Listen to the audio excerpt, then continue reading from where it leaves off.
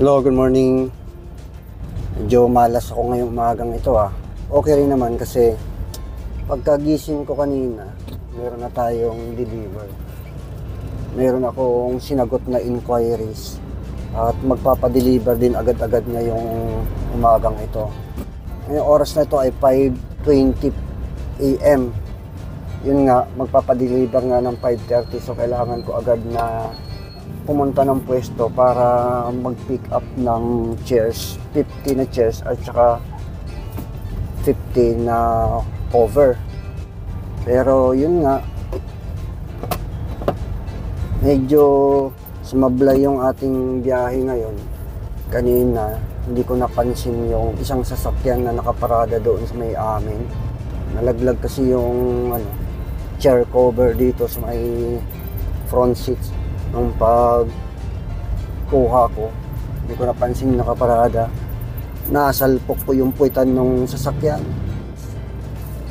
Sira ngayon yung aking bumper. May nasira sa bumper ko. At yung ilaw. Yung fog light, natanggal. Problema din dun sa may-ari ng sasakyan kasi babayaran ko pa yung nasira doon. Pero kanina, wala yung may-ari. Pero meron akong nakausap doon na driver ng tricycle.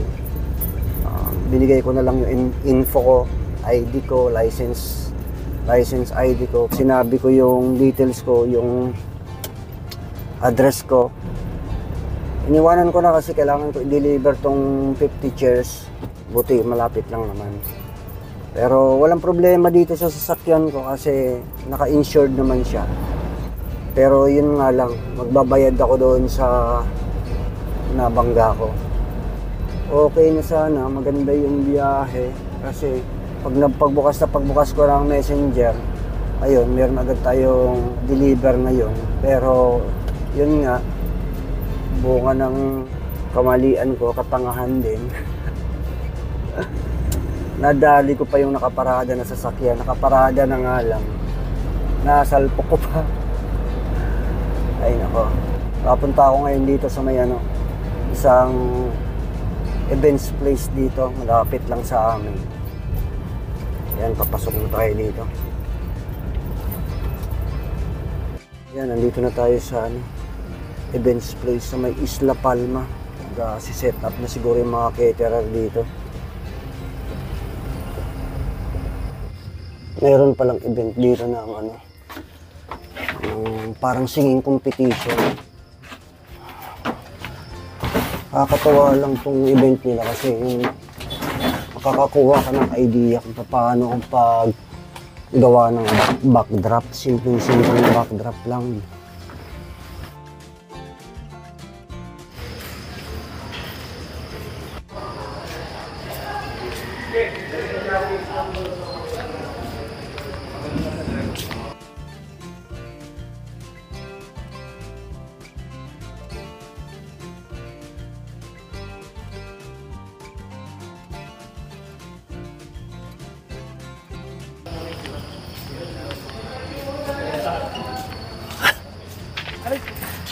$7.84 po.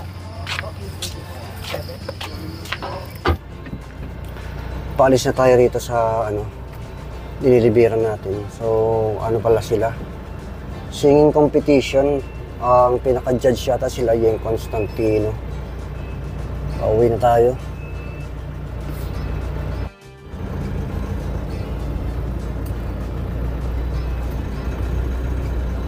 Laki ng place nitong Hardin de Miramar na to. Yan guys, papunta tayo dito sa lugar na kung saan nakabangga ako ng sasakyan. Hanapin ko yung may-ari nitong sasakyan kung nandyan para pag-usapan kung magkano magiging damage ko nito.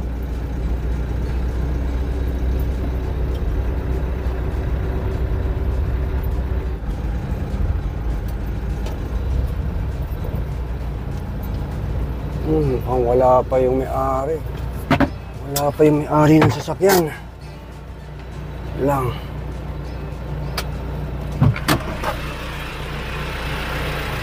Ito yung sasakyan na kinadali kanina eh. Tingnan natin yung tama.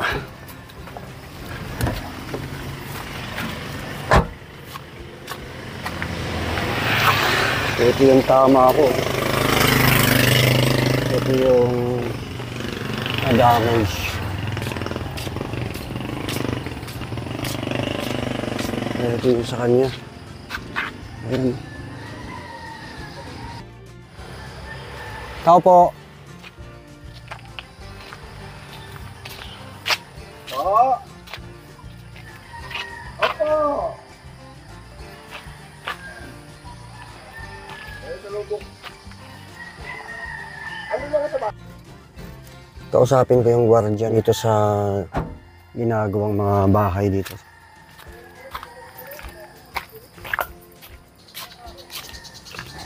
Yan.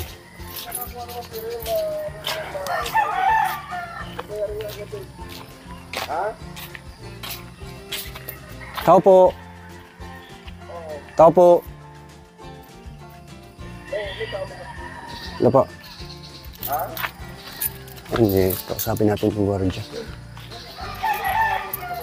Kusing, sino may-ari pala nito? Yan. Oo. Doon sa taas siya. Nadali ko yung ano niya, yung gilid niya. Yung gilid ng sasakyan niya na... Tawagin ba? Oo.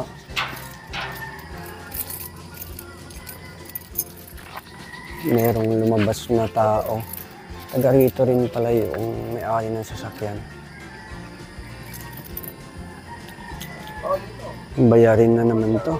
Ewan ko magkano. Sana ayos kausap tong may-ari ng sasakyan na to. Kundi doon na rin may mga ilaw. Kaya lang kasi nabasag ko yung ano, yung pinaka-ilaw niya. Kaya malamang papapalitan. Tapos itong nayupi, hahatakin ito. Luma na yung sasakyan, pero kahit luma ito, no choice ako ng bayaran. Baka tulog pa yung ano, ari ng sasakyan ito.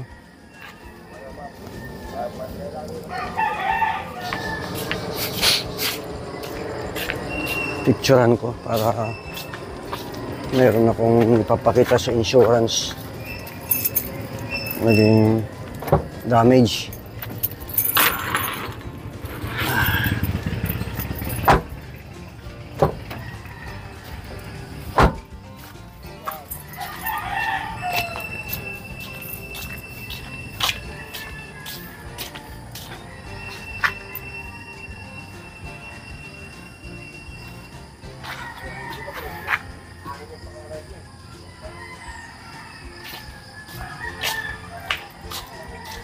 Itong akin, picturean ko din.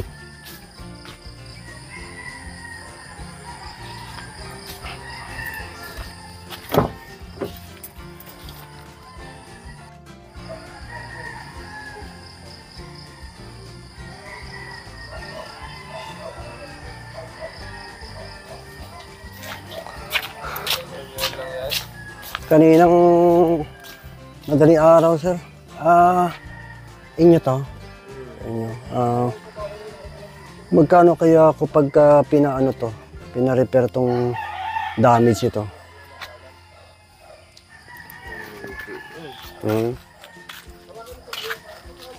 Pwede yan, italyer yan.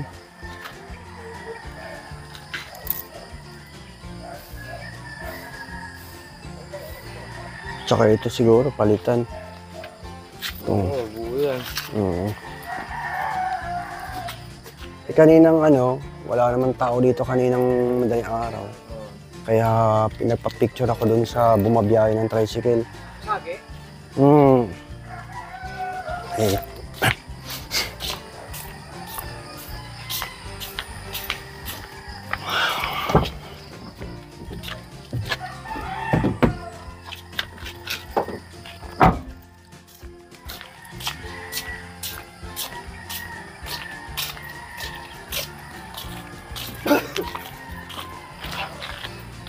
Pa-estimate siguro yan. Pa-estimate siguro. Oo. Picturean ko na lang tapos i-ano ko, pakita ko dun sa talyer. Tapos kunin ko yung contact number mo, sir. Yun, yung harapan. Ibagay ito naman kasi naka-insured. Kaya walang problema. Oo. Kaya nawala yung nabaklas yung taglight ko. Buti nga hindi nadali yung headlight eh. Pero sa bagay, naka-insured naman yan. Ito lang yung inaalala ko yung sa inyo. Kunin ko yung contact number mo. Wait lang.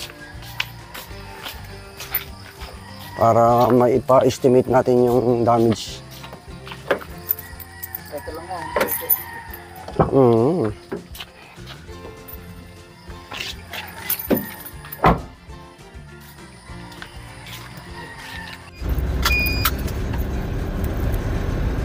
At ayan nga, pauwi na tayo ngayon at susunduin ko yung aking mga anak. Dadalhin ko sa school. Okay na, nagkausap kami noong may-ari ng sasakyan. Papa-estimate ko na lang yung damage. Kailangan mapaayos agad yun kasi pulihin din daw kapag mayroong problema yung mga ilaw-ilaw sa sasakyan. Kaya kailangan maipa-estimate natin yun ngayon. And guys, thank you ng marami. Subscribe po kayo sa channel.